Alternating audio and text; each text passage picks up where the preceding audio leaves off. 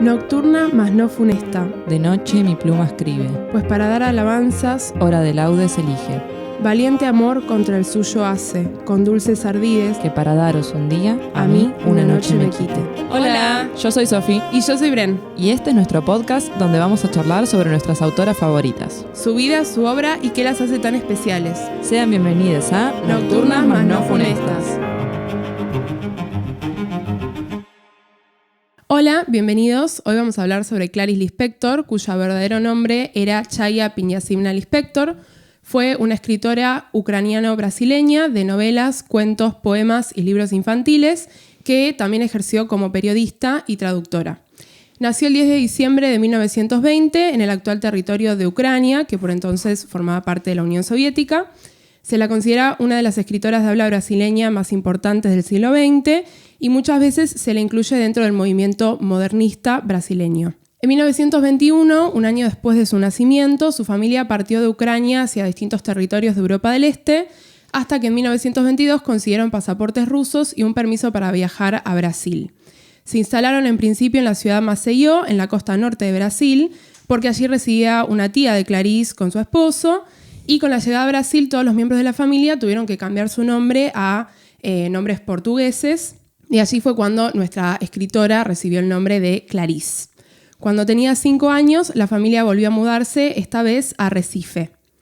Clarice empezó a escribir en portugués desde una edad muy temprana y a enviar distintos textos al periódico de su ciudad, el Diario de Pernambuco. Muchos fueron rechazados. En principio se dice que sus publicaciones no se aceptaron en la sección de cuentos infantiles porque mientras la mayoría de textos infantiles eran textos narrativos, digamos, con una trama, los de Clarice eran mucho más líricos y no necesariamente tan sujetos a los hechos. A los 14 años, Clarice se mudó a Río de Janeiro con su padre. Su madre ya había fallecido cuando tenía 5 años y una de sus 2 hermanas. Allí empezó a leer e influenciarse de autores nacionales y extranjeros como Machado de Asís, Rangel de Queiroz, Jorge Amado y Dostoyevsky. Ingresó en la Facultad de Derecho en 1939, mientras seguía escribiendo pequeñas contribuciones para distintos periódicos y revistas de la época. A los 21 logró publicar Acerca del corazón salvaje, una obra que había escrito a los 19 años. Esta novela recibió el premio Grasa Araña a la mejor novela publicada en 1943. En los ámbitos de la universidad conoció a quien sería su futuro esposo, el diplomático Mauri Gurgel Valente, a quien luego acompañaría en distintos viajes del oficio hasta su separación en 1959. Vemos entonces que toda su vida está atravesada por la mudanza, el exilio. Es una constante el viaje en la vida de Clarice, que siempre se vio obligada de alguna manera a acompañar a alguien fuera y lejos del territorio que residía, dejando incluso a su familia y amigos atrás. Viajó por primera vez a Europa en 1944, en plena Segunda Guerra Mundial, y allí prestó servicios de asistencia en hospitales a soldados brasileños que habían sido heridos. Por los siguientes 5 años siguió trasladándose varias veces. Fue de Italia a Inglaterra, luego a Francia y a Berna, donde tuvo a su primer hijo, Paulo, y fue en un periodo en el que ella extrañó mucho Brasil y continuó escribiendo y recibiendo cartas de sus amistades de allí, sobre todo de su amigo y escritor Fernando Sabino. En 1946 publicó su segunda novela, O Lustre, que fue traducida y publicada en Argentina como La araña, o sea, la araña que cuelga con luces, no la araña del animalito. Es una novela muy oscura y triste. Narra la historia de Virginia y el vínculo complicado simbiótico que tiene con su hermano Daniel y cómo le afecta el traslado desde un pueblo rural a la gran ciudad. En 1949, Lispector regresa a Río y retoma su actividad periodística. Por entonces comenzó a firmar con un seudónimo, Teresa Cuadros, que le permitió hacerse cargo de una columna en un diario local. Actualmente tenemos a disponibilidad 2 libros publicados con todas estas columnas que ella escribió, no solo bajo el seudónimo de Teresa Cuadros, sino otros 2 seudónimos que también tenía, que los libros son Correo Femenino y Solo para Mujeres, y es una obra interesante porque no es por ahí la más clásica narrativa de ella, sino verla como en este espacio que era exclusivo de mujeres. En 1952 volvió a dejar Brasil junto con su esposo para acompañarlo a Washington, D.C. Y más tarde, en 1954, publicó la primera traducción al francés de un libro suyo, que es el que dijimos antes, Cerca del corazón salvaje, cuya portada fue ilustrada por Henri Matisse. ¡Ulala! Clarice vivió junto con sus hijos y su marido en Washington, D.C. por 8 años y al igual que había sucedido con su primer viaje a Europa, se ocupó por no perder las influencias y amistades de su territorio, es decir, de Brasil, y desarrolló por entonces una profunda amistad en correspondencia con el escritor brasileño Érico Veríssimo y su esposa Mafalda. Gracias a ello logró seguir publicando, a pesar de la distancia, cuentos en distintas revistas de Brasil. En 1959, como habíamos comentado, se separó de su marido para regresar a Río de Janeiro, en donde retomó el periodismo con muchísimo esfuerzo para conseguir los medios suficientes que le permitieran independizarse. Un año después, publicó su primer libro de cuentos, Lazos de Familia, en el que se encuentran algunos de los relatos de los que vamos a hablar hoy. En 1961 publicó su siguiente novela, La manzana en la oscuridad, y en 1963 se publicó la novela que se considera su mayor obra, La pasión según G.H. En una madrugada de 1966, la escritora se durmió con un cigarrillo encendido y se despertó ante un incendio que le provocó distintas heridas en el cuerpo. Tras este accidente quedó reducida su movilidad y de hecho casi tuvieron que amputarle su mano derecha. Fue un accidente que la afectó profundamente, no solo a nivel físico, sino también emocional. Logró recuperarse en parte a su gran cantidad de trabajo. Su dominio de portugués, inglés, francés y castellano, de hebreo y yiddish, y también de ciertas nociones del ruso, le permitieron realizar distintas traducciones. La primera y única traducción que realizó del castellano fue del cuento Historia de los dos que soñaron, de Jorge Luis Borges. En 1977, pocos meses después de publicar su última novela, La hora de la estrella, Lispector falleció. Padecía cáncer de ovario y tenía solo 56 años. Los peligros de fumar en la cama. Exacto. Bueno, acerca de su estilo, queríamos mencionar algunas cuestiones más generales antes de adentrarnos en cada cuento. En distintas entrevistas, Lispector era conocida por manifestar que cuando se ponía a escribir era completamente consciente de lo que hacía. Esto, que ahora lo decimos parece una estupidez, pero en aquella época por ahí estaba más vigente el mito del escritor que es un genio y se sienta y le flotan las ideas y se pone a escribir así como una máquina. Y Lispector justamente como que un poco derriba esto y dice, no, todo lo que yo hago es a conciencia y está muy trabajado.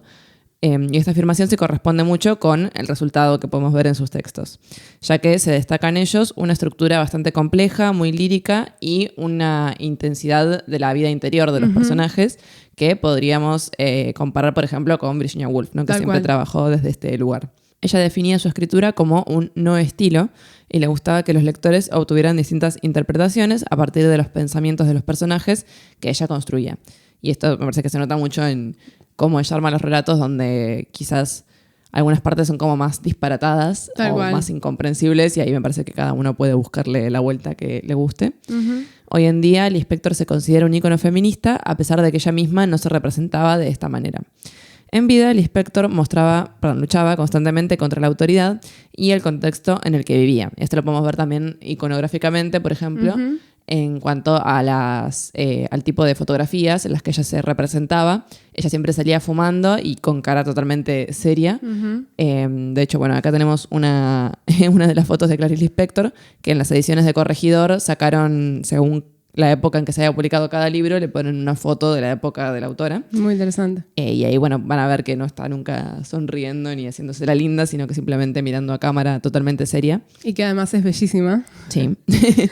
Y bueno, como pensándolo en la época, va un poco en contra del estereotipo de mujer dulce, sonriente, maternal, ¿no? Como ella ahí fumando como si fuera Marlene Dietrich. Sí, no sé. Sobre todo con esta, bueno, todos sabemos, ¿no?, que era una época en la que todavía circulaban estos manuales o estas columnas, como hablamos muchas veces acá en el podcast, de consejitos para las amas de casa, y siempre mostraban estas ilustraciones un poco como cincuentosas de la mujer con la pollerita y sonriendo, con el pelito todo peinado, qué sé yo. Entonces me parece que el hecho de que ella vaya un poco en contra incluso juega con una imagen un poco más misteriosa y rebelde de ella.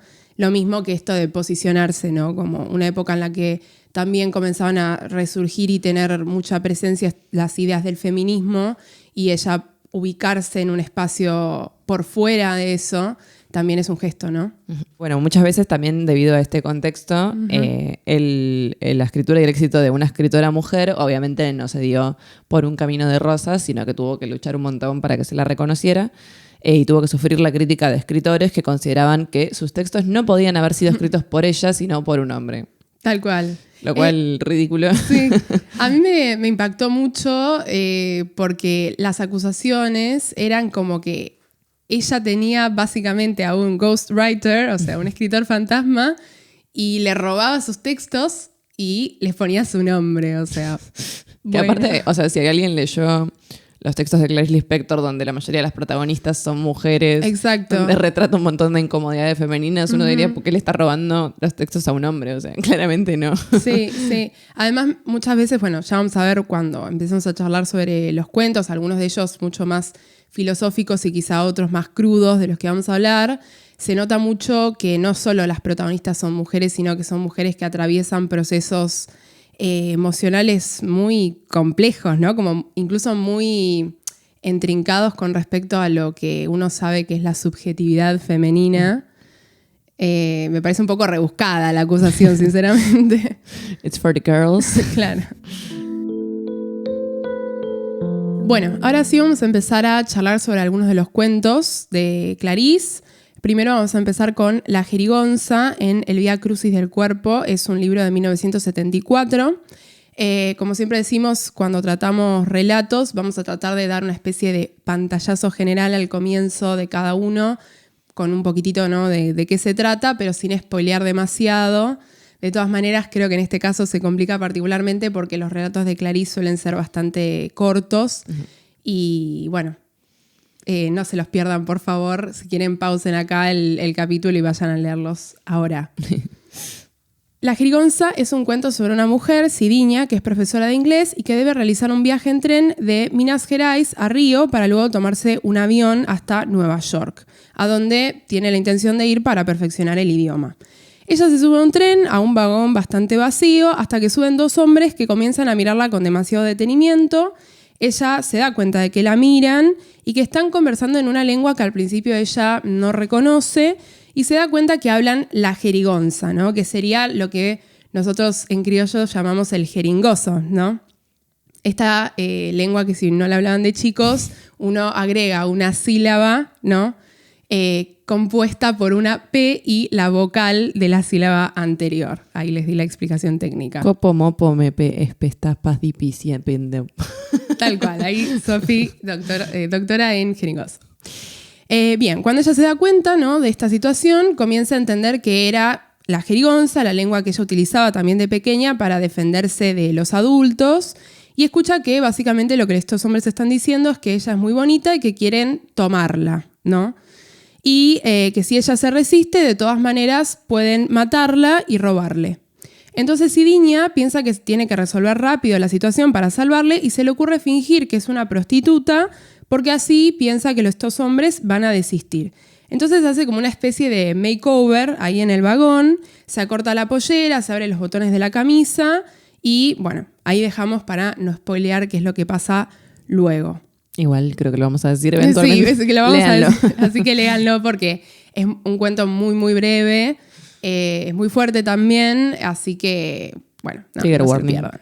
Bueno, lo que vemos en el cuento, obviamente, es que hay una distinción entre dos tipos de mujeres, ¿no? Uh-huh. O sea, por un lado tenemos a la mujer, entre comillas, correcta, que es Sidiña al principio del relato, uh-huh, y luego una categoría que llamamos la mujer pública, que la trae Macielo, ¿no? Sí. En Entre Civilización y Barbarie, donde ella, bueno, analiza algunas cuestiones del feminismo y de las mujeres. Y lo que vemos entonces en este cuento, ella al, digamos, hacerse este makeover, disfrazarse de prostituta, pasa a ser esta mujer pública. Uh-huh. Básicamente pensamos un poco que lo que refleja el cuento es este cambio, ¿no?, que hubo hacia comienzos y entrado del siglo XX, en el que las mujeres comenzaron a salir a la calle en el sentido de que tuvieron la oportunidad de acceder a distintos puestos de trabajo, pero que obviamente esta entrada al mundo laboral no fue como un camino de rosas, como decimos siempre, ¿no?, sino que además de las restricciones que nosotros sabemos las mujeres debían sufrir en estos puestos de trabajo, como el hecho de recibir un salario muchísimo menor por un mismo puesto que un hombre, también se tuvieron que enfrentar a esta mirada, por decirlo de alguna manera, masculina en el ámbito público. Obviamente porque antes de que ocurra esto, lo típico, digamos, lo normal era que la mujer permanezca en la casa, ¿no? En el ámbito doméstico, en esta imagen de ángel del hogar que también hemos charlado acá. Y entonces esta salida, digamos, de la mujer al ámbito público se choca con otras imágenes de mujeres que ya circulaban en ese espacio, como por ejemplo las prostitutas, digamos, que eran personajes femeninos, ¿no? Que ya podían circular, pero que no eran vistas como mujeres propiamente dicho, ¿no? En ese sentido de el estereotipo de ama de casa, de mujer doméstica, de ángel del hogar.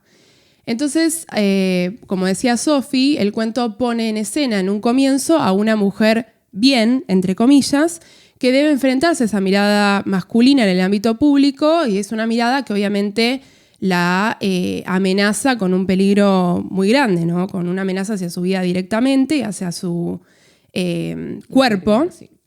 literal.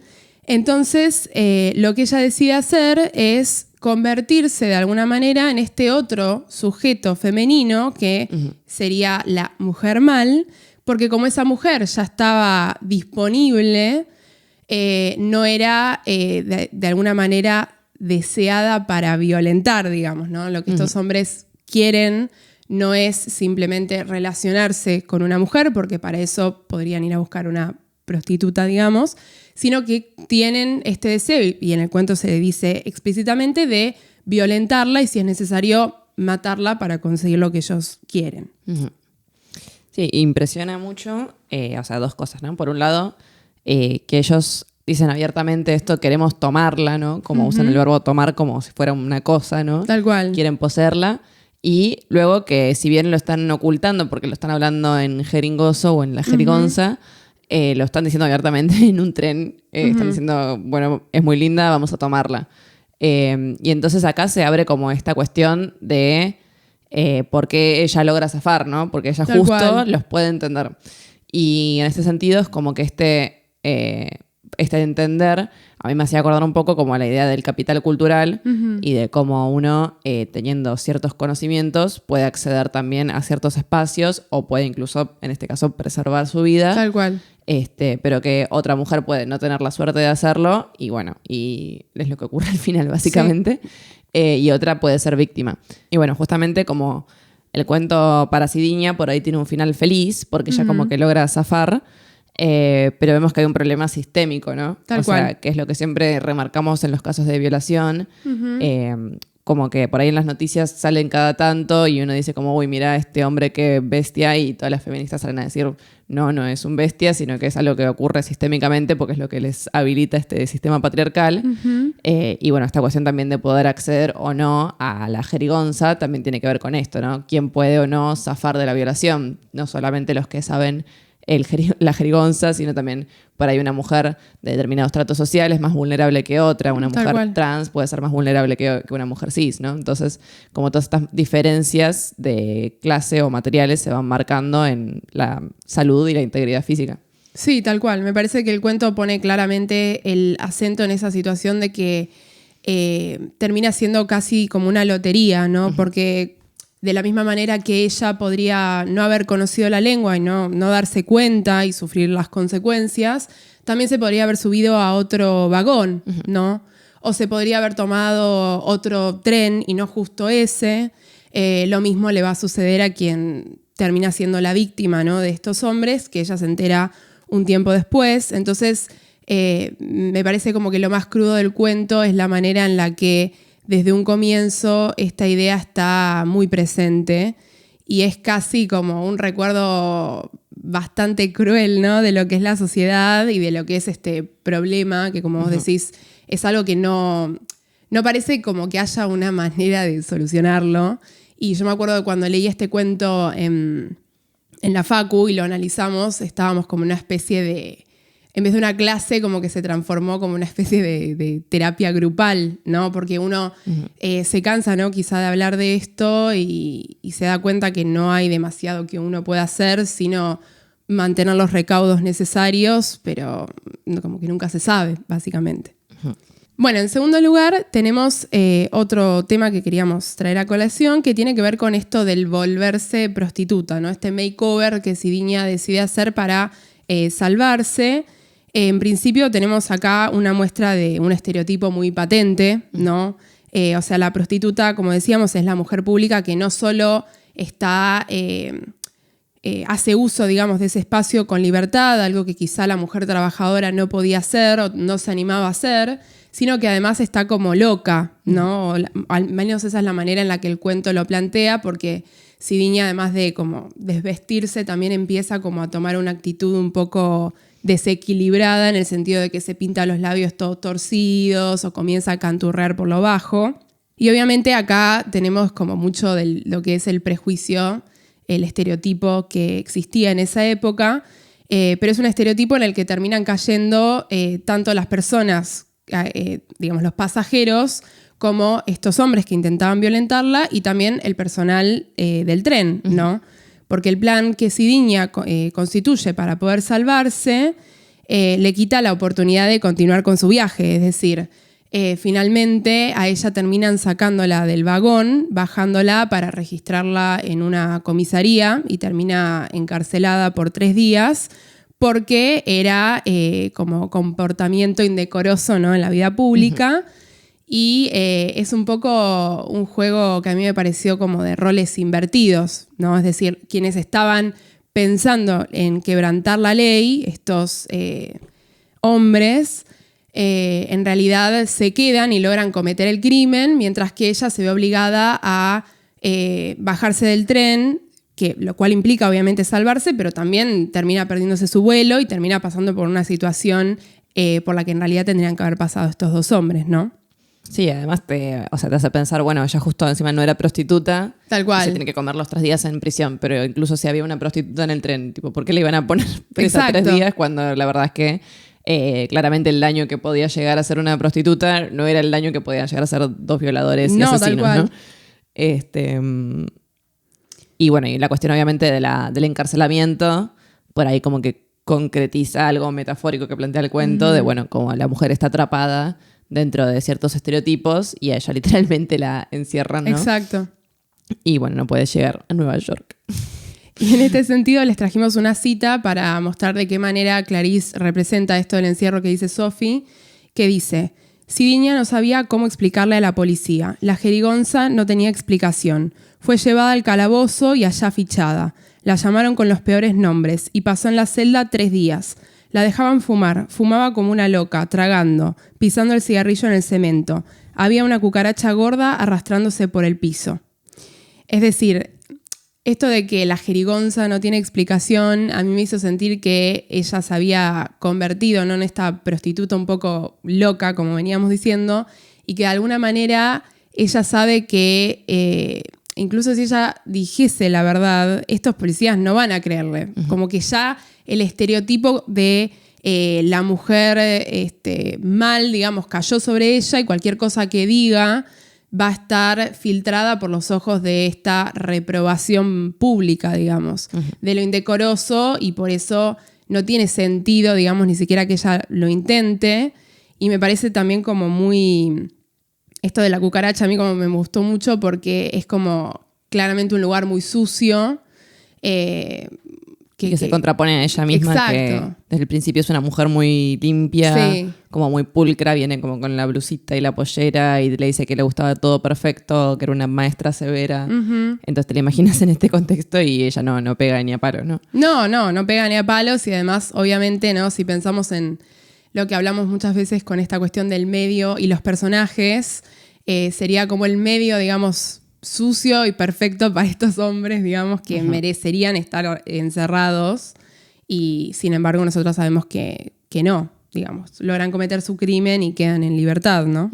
Bueno, y en tercer lugar aparece la cuestión de la mirada femenina, porque cuando a ella la bajan del tren hay una mujer esperando para subirse, y es una mujer bien, digamos, como sería Sidinia al comienzo del relato, que la mira mal, como que la juzga por su apariencia de prostituta. Y entonces observamos la división, el quiebre existente entre estas mujeres públicas, ¿no?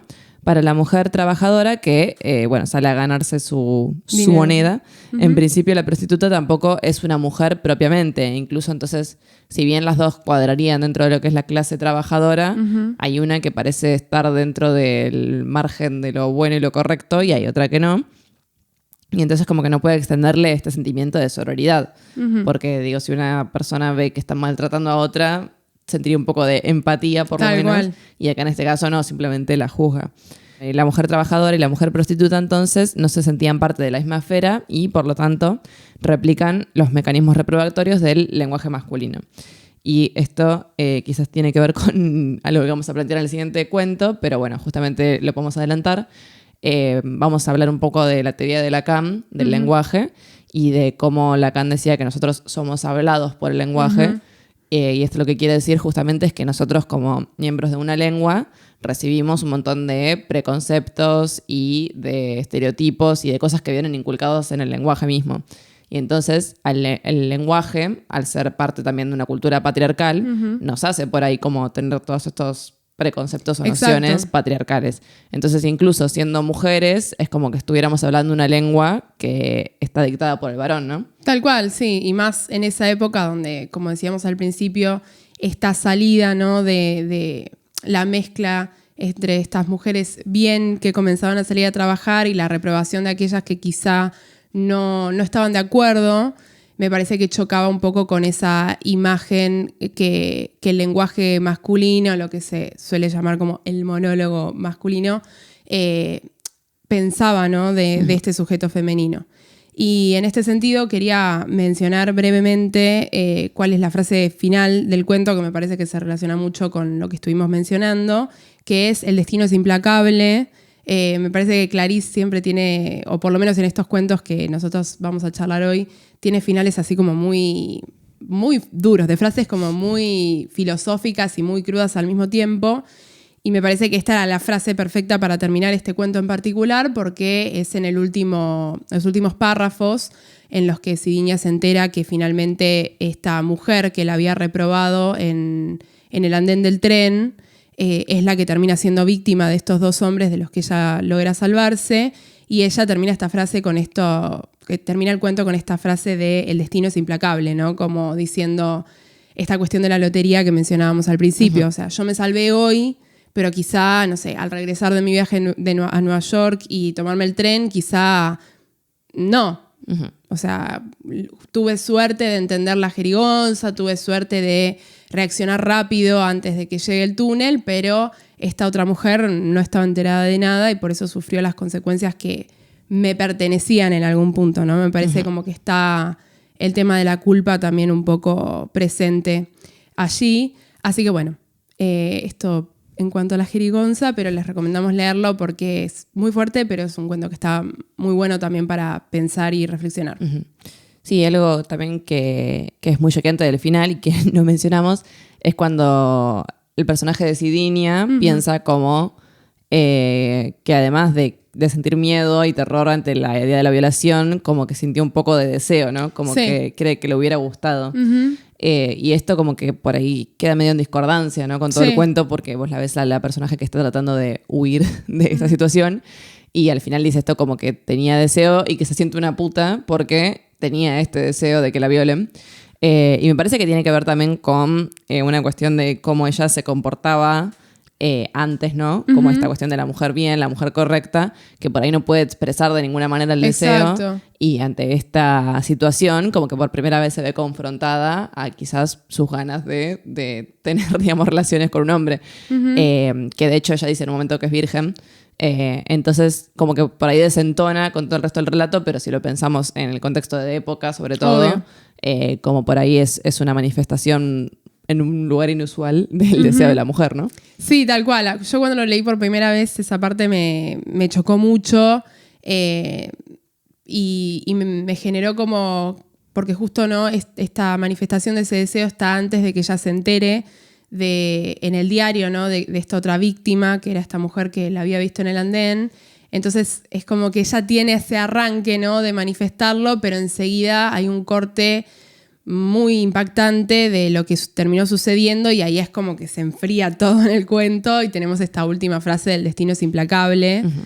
Entonces, bueno, si lo leen pueden comentarnos si les resultó también, ¿no? como un poco chocante esta impresión, si quizá les pasó desapercibido, ¿no? O qué fue lo que más les impactó del cuento.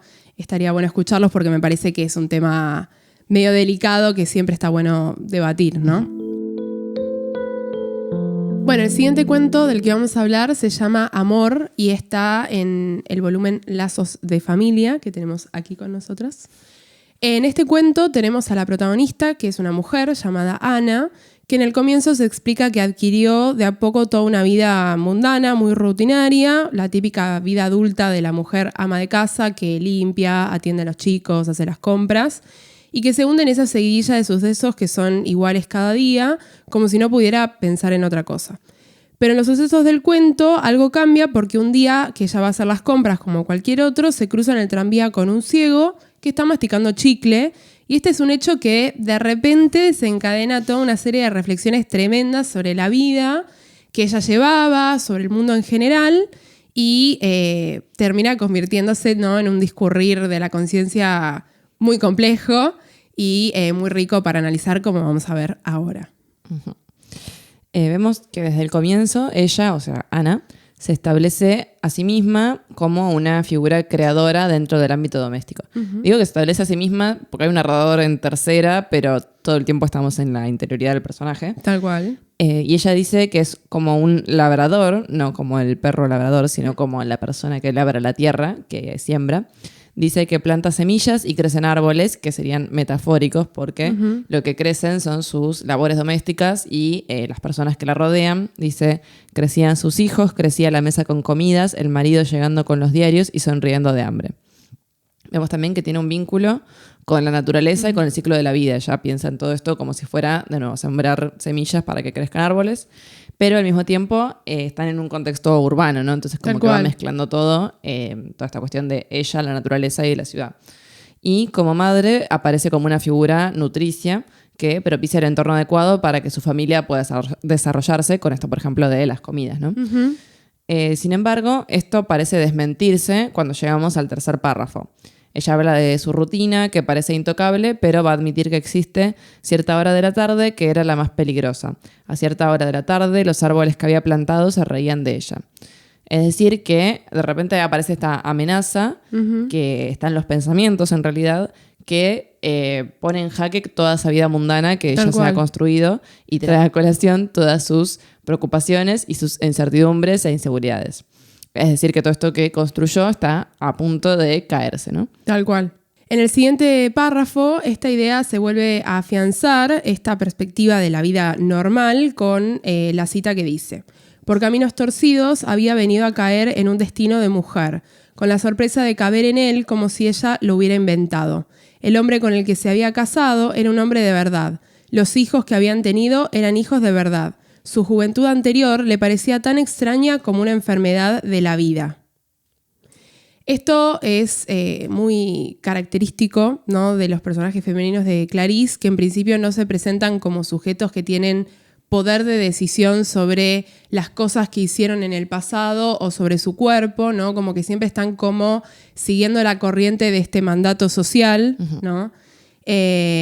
Y es como, en este caso, como si Ana estuviese pensando que el rol que ocupa como que le tocó por casualidad. O sea, la fuerza mayor, este mandato, se lo impuso, pero no es que ella eligió quizá a ese hombre o eligió quizá tener esa familia, e incluso quizá no elige en el tiempo presente tener esa vida de rutinas, ¿no? Y por eso quizá estos pensamientos que comienzan, ¿no?, como a picarle como si fueran el pajarito en la cabeza. Uh-huh. Es en este momento cuando ella hace énfasis en la cuestión de lo real, en cómo era su vida antes de tener una familia y que parecía una mentira, y cuando tiene estos sentimientos de incertidumbre comienza a taparlos con distracciones. Y esto lo vemos en el cuento porque, por ejemplo, se da la situación de ir a comprar, ¿no? Que uno normalmente lo piensa como una situación en la que, bueno, salgo un poco y libero mis pensamientos. Y en el momento del relato, ella está regresando a su casa con las compras en la bolsa. Pero esta situación, ¿no?, se termina revelando como una situación muy efímera hasta que llega el momento en el que tenemos al famoso ciego que está mascando chicle y que termina siendo un detonante, ¿no? O sea, la vista, digamos, de este ciego en el tranvía termina siendo irreversible y fatal para Ana porque a partir de ese momento el cuento pasa a ser toda una reflexión distinta acerca de su vida que la lleva a cuestionarse absolutamente todo, incluso en el momento en el que vuelve a regresar a su casa. Uh-huh. Tenemos la cita acá del momento en el que lo ve al ciego. Dice, un ciego mascando chicle había sumergido al mundo en oscura impaciencia. En cada persona fuerte estaba ausente la piedad por el ciego y las personas la asustaban con el vigor que poseían. Y acá ya marca una distinción como entre las personas fuertes y las otras no sabemos muy bien quiénes son, porque está el ciego, pero no sabemos quién más. Y en un momento ella va a decir que a ella le tocó vivir del lado de las personas fuertes, que para mí como un poco es esta idea de las personas que tienen que sostener este mundo precario con sus ideas, ¿no? Como decir, bueno, yo sigo siendo madre, sigo siendo esposa, voy a seguir con mis tareas porque si no se viene todo abajo. Tal cual.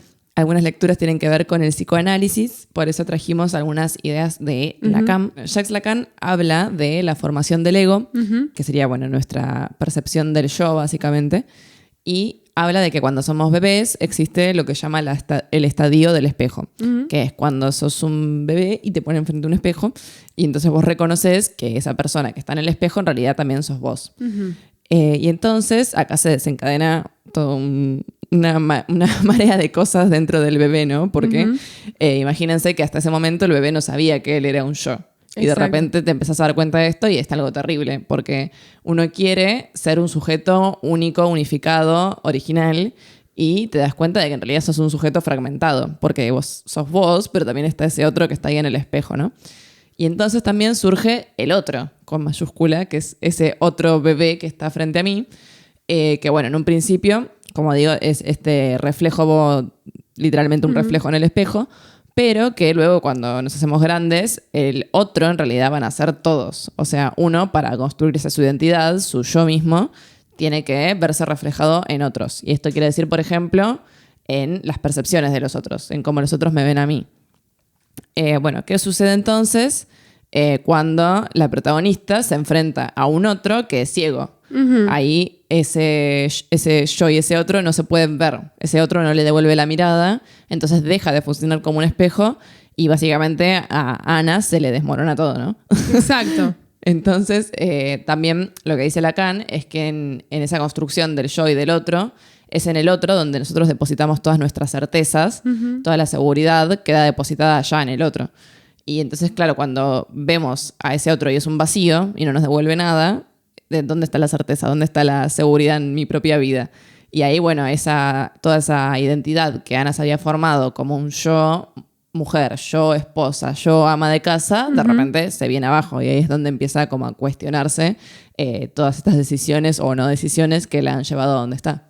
Sí, sobre todo porque además no solo tenemos, ¿no?, el contraste con este otro ciego, ¿no?, que está masticando chicle, sino que ella también pone la atención en los demás, esos otros que están en el tranvía junto con ella, y que por un segundo le prestan atención porque ella ve al ciego y, digamos, el impacto tan grande, ¿no?, que tiene hace que se le caigan las bolsas y que incluso se rompan algunos huevos que ella llevaba de las compras que había hecho. Pero luego los demás siguen como si nada, digamos, ni le prestan atención al ciego ni a ella. Entonces ella se enfrenta a esos otros del tranvía, los que el impacto no les sucedió, los que siguieron con su vida normalmente. Y ella vemos que por el resto del cuento no puede recuperarse de eso, como habíamos dicho, termina siendo irreversible y hace como que ese contraste sea todavía mucho más dramático, digamos, en ese reconocer que no hay nadie más que le devuelva esa mirada, ella está completamente sola. Sí, justamente como decías lo de las compras, también es llamativo porque, como decíamos, esto es una distracción para ella, como, bueno, para no pensar en todas estas inseguridades, me voy a hacer las compras, pero de repente cuando ve al ciego lo que tenía en la mano se le cae y con eso como que se le cae todo el mundo, ¿no? Y cuando lo recupera se le habían roto los huevos y el huevo empieza como a chorrear por entre las redes de la bolsa. Yo me imaginé esas bolsas que tienen las abuelas que todas tenemos. Y como es como esa realidad, ¿no?, que se va filtrando y todas esas cosas que quería apartar en su mente de repente se le vienen todas encima. Tal cual, es como que incluso el evento que ella había pensado como la salvación, ¿no?, de quizá una tarde llena de pensamientos intrusivos termina siendo tremendo, ¿no? Termina siendo como peor el remedio que la enfermedad, como decimos en el refrán. Sí, además, más que chicle, es como algo muy puntual que uno dice, pero ¿por qué la inquieta esto de que masque chicle? Y vemos que lo que ocurre es que la expresión que él tiene cuando masca chicle es rara. Dice, él masticaba goma en la oscuridad. El movimiento del masticar hacía parecer que sonreía y que de repente dejaba de sonreír y dejar de sonreír, como si él lo hubiera insultado. Entonces también esta indeterminación, ¿no? Como de no poder decir si está sonriendo o si la está atacando, como que también le genera así bueno, che, ¿qué está pasando?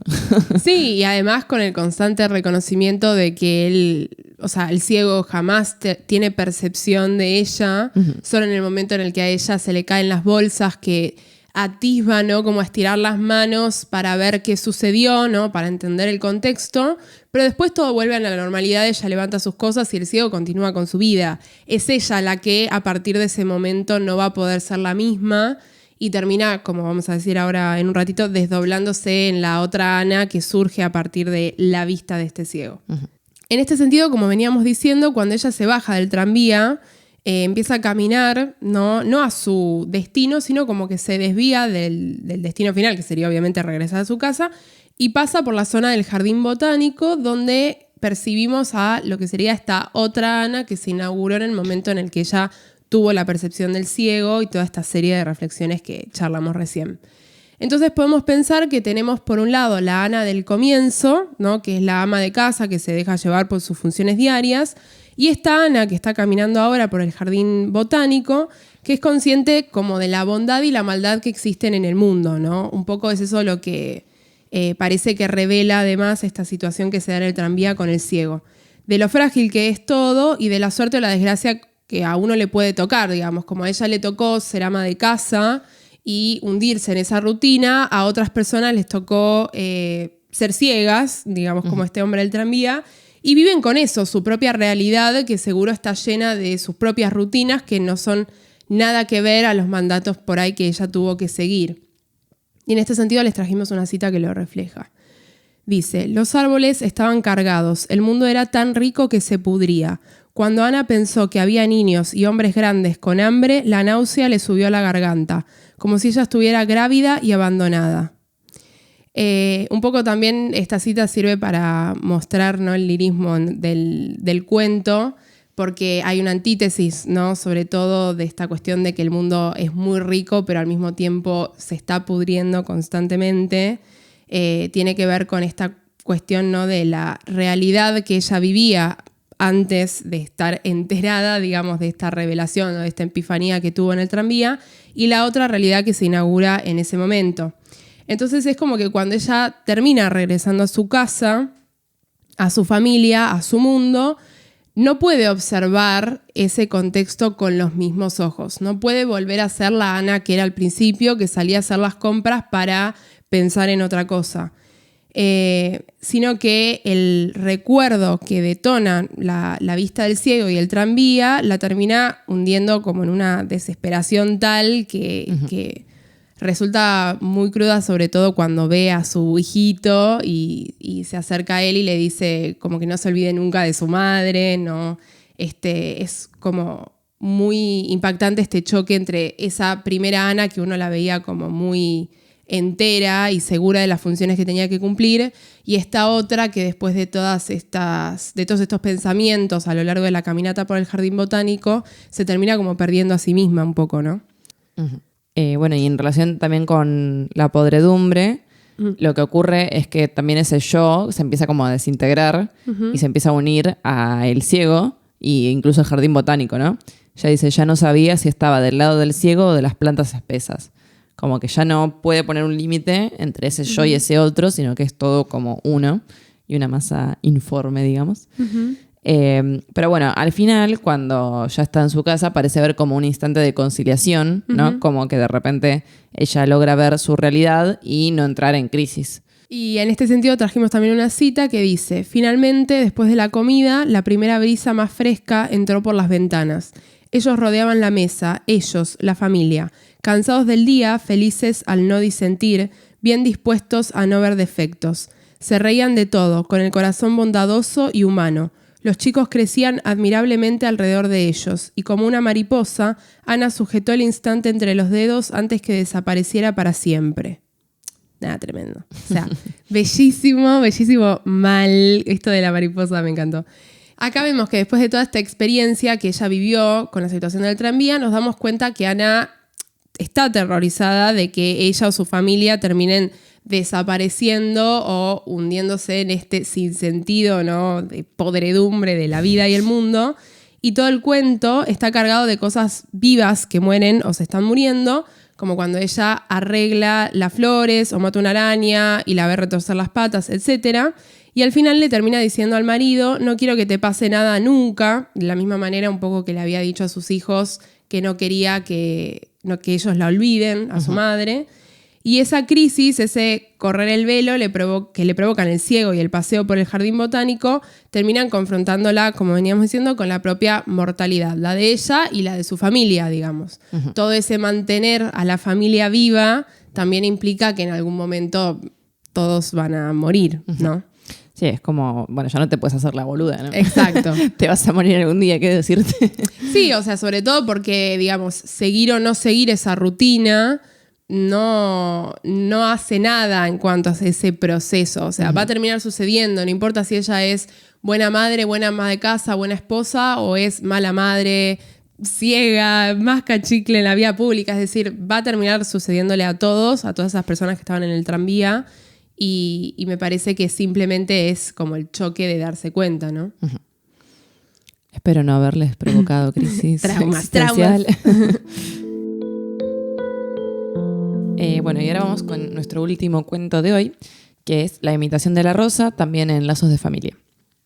El cuento se trata de una mujer que, también como Ana, es ama de casa y está esperando a que vuelva su marido Armando del trabajo.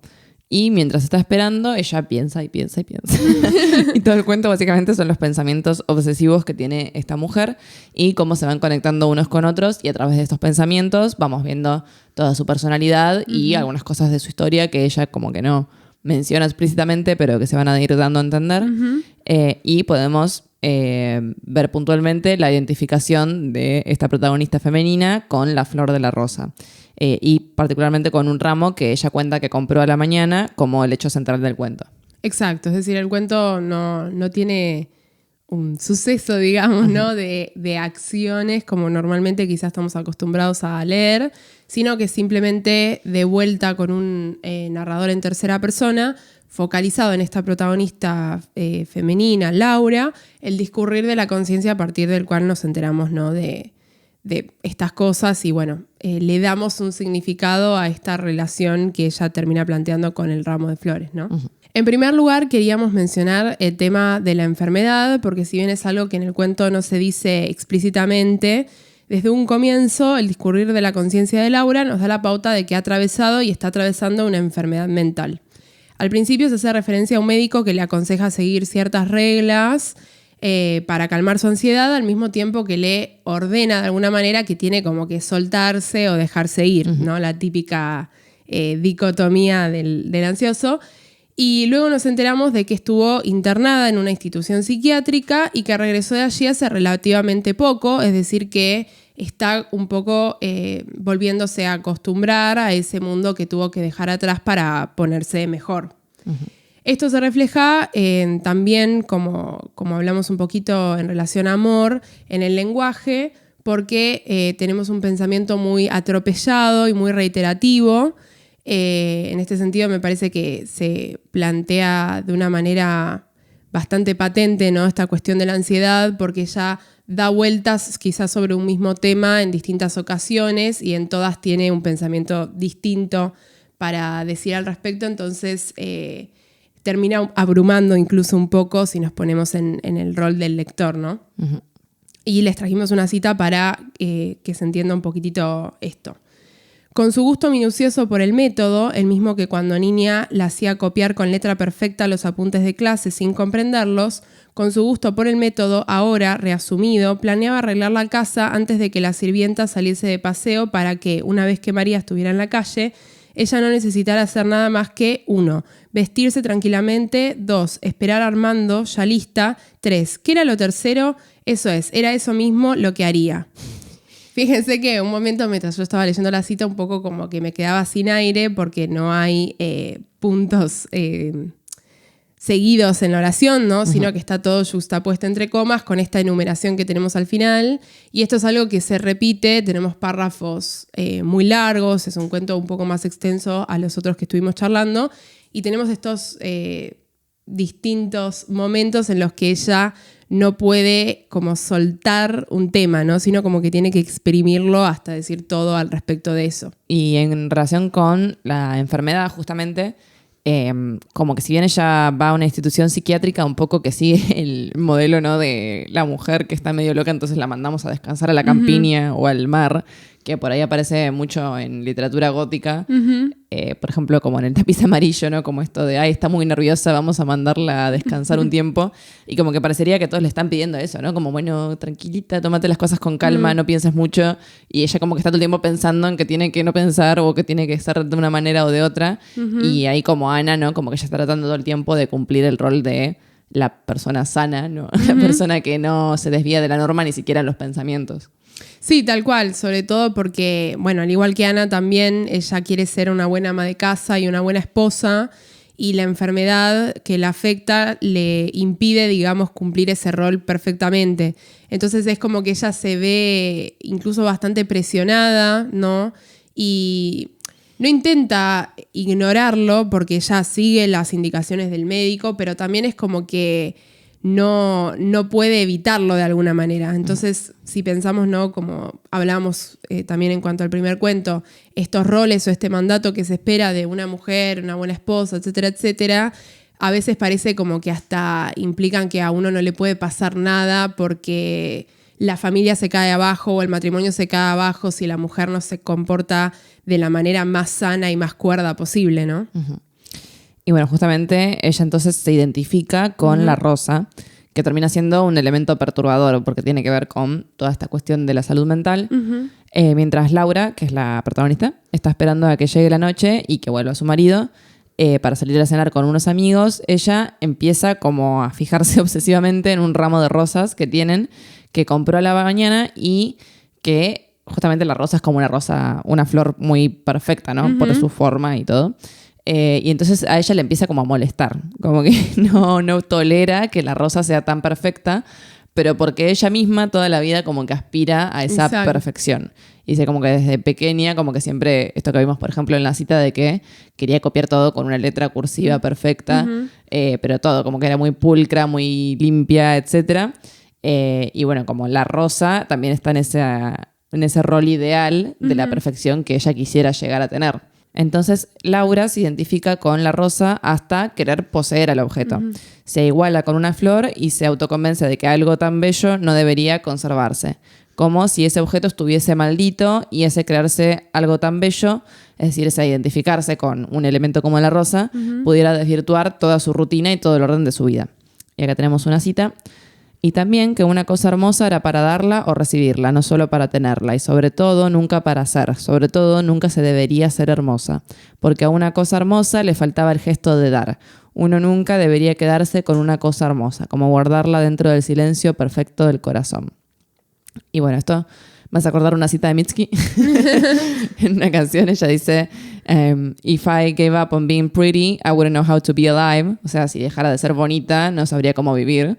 Y como que a Laura medio que le pasa esto, ¿no? Como que ella quiere ser perfecta, quiere ser re hermosa, quiere como toda esta cosa ideal, pero en realidad nunca lo va a poder lograr. Exacto, sí, es como que la visión de esa rosa un poco la hace darse cuenta que esa perfección es lo que ella anheló durante toda su vida y que siempre estuvo haciendo todo para cumplir con esa perfección, ya sea de pequeña o ahora haciendo todo lo posible para poder volver a ser la Laura sana, pero es un camino como muy doloroso e inalcanzable, ¿no? No solo por la cuestión de la belleza, sino incluso por la cuestión de esta perfección interna. Es decir, una persona perfecta sería justamente una persona que no sufre ninguna enfermedad y ella se da cuenta que la rosa le molesta porque tiene esa perfección externa que implica que está completamente sana, digamos, no tiene ningún bichito, está preciosa, tiene este botón en el medio, este color impresionante, entonces es como que ella se da cuenta que en su interior, por más de que por fuera se ponga este vestido que menciona también varias veces y se arregle y espera a su marido, sigue siendo una enferma, ¿no? Uh-huh. Sí, también si ella es la Rosa, ¿no? Uh-huh. Por ahí como esta cuestión de ser esposa de, es como estar quieta, pertenecerle a alguien, exacto, como que la quiere conservar en su lugar. Y ella dice como no, hay que darlo, hay que como circularlo. Exacto. Y como también que por ahí que quiere, como Ana en el cuento anterior, salirse de este lugar o por lo menos cuestionarlo. Exacto, sí, ponerlo en jaque. Uh-huh. Y en segundo lugar, esta cuestión de la Rosa también abre la posibilidad de pensarse como otra Laura, porque la primera intención que tiene Laura con respecto a la Rosa, como veníamos diciendo, es no conservarla, es decir, regalársela a alguien. Y ella piensa en su amiga Carlota, que es la amiga con la que supuestamente se iba a juntar por la noche, y quiere enviarle el ramo junto con su sirvienta María. Y este deseo o esta idea que se abre después de observar obsesivamente las rosas por un rato, como que abre todo un pensamiento, ¿no? Como una escena hipotética de el escenario que se construiría si ella le regala las rosas a Carlota. Es decir, de qué manera María, la sirvienta, le llevaría las rosas, de qué manera Carlota reaccionaría al recibirlas, qué comentario le haría por la noche y qué comentario ella mencionaría, ¿no? Como un poco modesto por haber tenido esa atención de entregarle las rosas a Carlota. Y en este sentido, Laura parece casi querer practicar, ¿no? Ese ser otra persona, como uno normalmente, ¿no? Cuando tiene ansiedad se intenta como adelantarse a aquello que puede pasar, como para estar preparado, y luego uno sabe que nunca termina saliendo como uno quiere. Y también tenemos una cita, ¿no? Que lo refleja. En esa escena imaginaria y apacible que la hacía sonreír beatíficamente, ella se llamaba a sí misma Laura, como si se tratara de una tercera persona llena de aquella fe suya y crepitante y grata y tranquila. Es decir, esta otra Laura, ¿no? Que es la que le contesta a Carlota y un poco se quita la responsabilidad o le responde con modestia por el gesto que tuvo, es una Laura completamente distinta a la que tenemos al comienzo del cuento, ¿no? Es una Laura grata, tranquila, incluso mucho mejor o más sana. Y sobre todo es también muy patente la comparación que se establece en este punto con Carlota, porque ella menciona que Carlota es una amiga de ella de la juventud, que en contraposición a ella es muchísimo más arriesgada, jugada o incluso rebelde. Ella menciona que hasta es más moderna porque mantiene una relación de igual a igual con su marido. Entonces, un poco con ese imaginarse la otra Laura, ella intenta llegarle, ¿no? Un poco a los talones a Carlota, como un poco cumplir con ese rol que ella ve en su amiga y que lo ve un poco inalcanzable por todos estos pensamientos que la dominan constantemente. Sí, de todos modos, es como si Carlota también, ¿no? Todo el tiempo estuviera actuando, como cumpliendo un rol que incluso está como dentro de los cánones, ¿no? De la feminidad, como sí. No es que está haciendo algo súper arriesgado, sino que por ahí ya se muestra como la mujer así como medio coqueta, como divertida, como que dice que no tiene problema de seducir a un hombre como en chistes, en la cena, cosas así. Y que por ahí a la narradora como que esto le da un poco de miedo, ¿no? Porque como que ya no es así y lo ve como algo muy distinto, pero al mismo tiempo nosotros como que vemos que está haciendo un personaje, ¿no, Carlota? Exacto. Y que también Ana no, Ana ya la dejamos. A Laura como que también todo el tiempo está intentando hacer personajes, que me parece que eso es algo que nos pasa mucho como a las personas que por ahí como esto que tenemos algunos pensamientos de ansiedad o cosas así, como que decimos, bueno, voy a actuar como actuaría una persona que va a cenar. Y entonces como que te armas todo un guión. Entonces empezás como, bueno, ¿cómo le hablaría el mozo? ¿Cómo le hablaría a mis amigos? ¿Cómo le hablaría a tal fulano?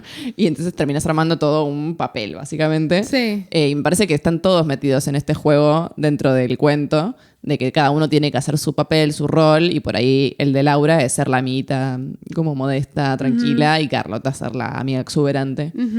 La típica de tener distintas personalidades para cada grupo.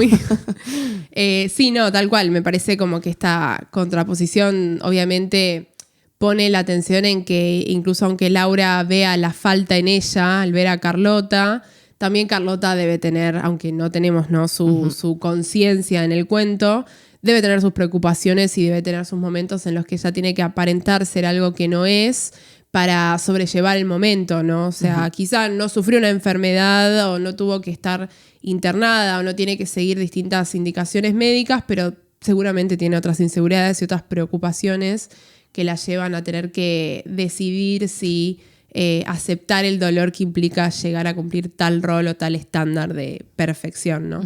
Bueno, y darle las rosas a Carlota, a su vez, sería como sacarse de encima, ¿no? Las rosas que ella ya no las quiere ni ver porque le están provocando todos estos pensamientos. Entonces dice: cuando María regresó y cogió el ramo, por un pequeño instante de avaricia, Laura encogió la mano, reteniendo las rosas un segundo más. Ellas son tan lindas y son mías, es la primera cosa linda que es mía. Y fue el hombre quien insistió, no fui yo quien las busqué. Fue el destino quien lo quiso. Oh, solo esta vez y juro que nunca más. Ella podría, por lo menos, sacar para sí una rosa, nada más que eso, una rosa para sí. Solamente ella lo sabría y después nunca más. Oh, ella se comprometía a no dejarse tentar más por la perfección, nunca más. Bueno, ahí vemos como toda esta obsesión, que obviamente acá se manifiesta concretamente en el objeto de la rosa, pero es esa obsesión que repetimos de ella de querer alcanzar la perfección y parece como una adicta, ¿no? Como, sí. Una sola vez más, por favor, quiero la rosa. Sí, tal cual.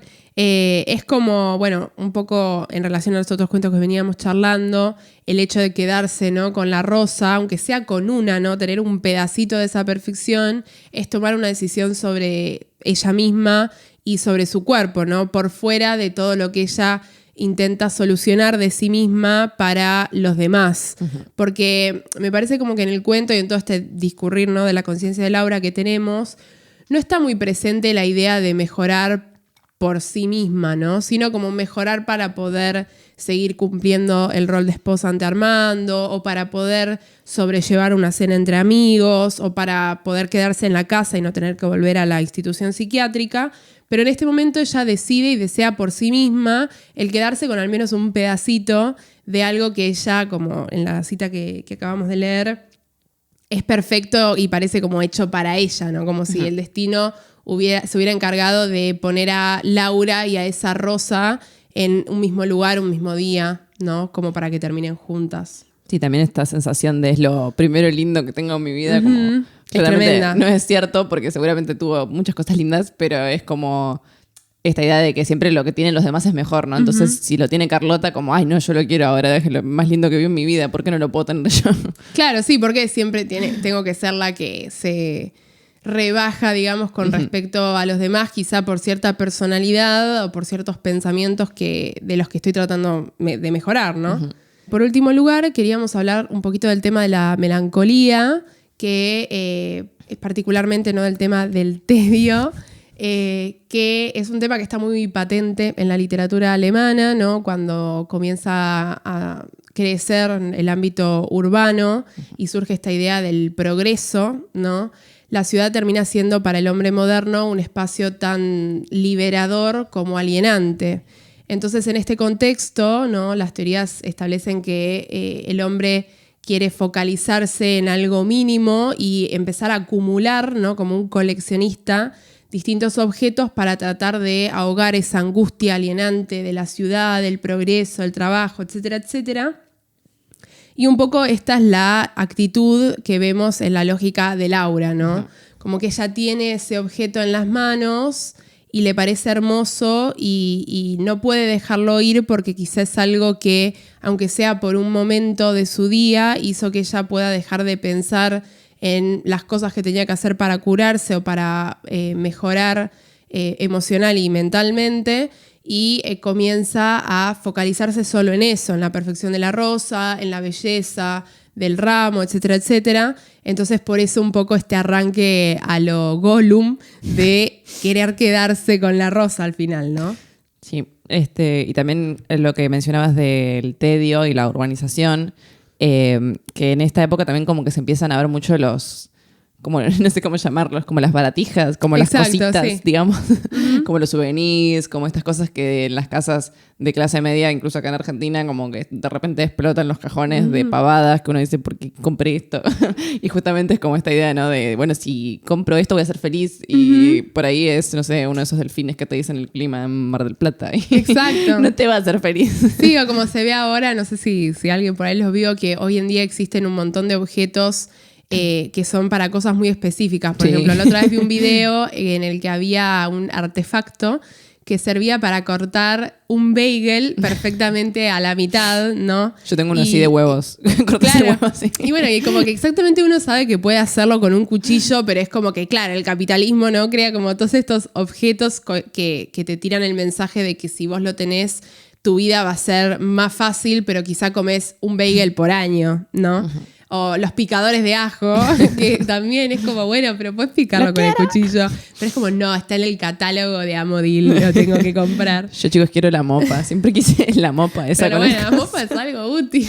Pero yo tengo un trapo. O sea, no necesito Bueno, una sí, mopa. verdad. Entonces un poco como que esta angustia nos pareció que estaba bastante presente porque ella en un momento quiere regalar la rosa y enseguida, inmediatamente después, cuando María llega como para cumplir con la orden que ella le dio, es como, no, bueno, me la quiero quedar. O sea, mi vida es mejor si tengo aunque sea un pedacito de esta rosa. Y el final del cuento, vemos que no es un final feliz, podría decirse. O sí, depende de cómo lo pensemos. Pero básicamente como que ella pierde esta batalla que tenía contra todos sus pensamientos y contra este querer ser perfecta. Y como que al final se va a no sabemos dónde, pero cuando vemos la descripción final es muy impresionante. Ella estaba sentada con su vestidito de entrecasa. Él sabía que ella había hecho lo posible para no volverse luminosa e inalcanzable. Con timidez y respeto, él la miraba. Envejecido, cansado, curioso, pero no tenía ni siquiera una palabra para decir. Desde la puerta abierta veía a su mujer que estaba sentada en el sofá sin apoyar la espalda, de nuevo alerta y tranquila como en un tren. Que ya partiera. Bueno, vemos que evidentemente esta lucha por la salud mental como que se pierde, pero en cierta medida también es como, no sé si feliz, pero siento como que ella está todo el tiempo luchando y al final se deja ir, ¿no? Por estos pensamientos. Sí, como que yo cuando lo leí por primera vez no es que lo interpreté de una manera negativa, sino que quizá ese perderse, ¿no? que tenemos en la última oración es simplemente como un poco soltarse, como le había indicado el médico. Es decir, como, bueno, después de toda esta tarde en la que perdí toda esta cantidad de tiempo volviéndome loca por estos pensamientos, me dejo ir, digamos, de la manera que sea para dejar de tener esa actitud obsesiva que estaba replicando constantemente.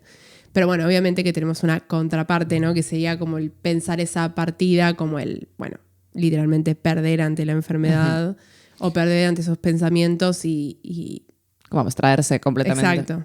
Si yo me la imaginaba como a Marge Simpson, no sé si vieron ese capítulo de Los Simpson que Marge también tiene problemas psicológicos y en un momento está como sentada así en la punta del sillón y todos le hablan y ella está como que no le puede responder a nadie.